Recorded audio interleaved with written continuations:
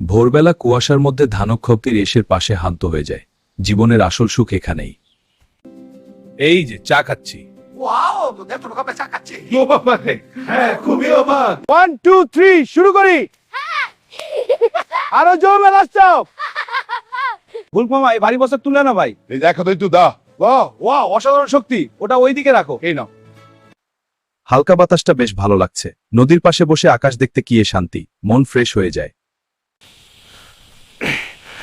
বাজার ভেতরে আমার কাছে এবার সবাই মিলে টানো, জোরে টান। শক্তি নয়, শিক্ষা বড়।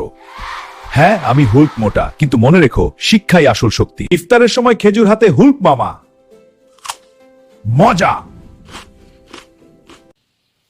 এই সরে যা, খারাপ লোক গ্রাম ছাড়ো।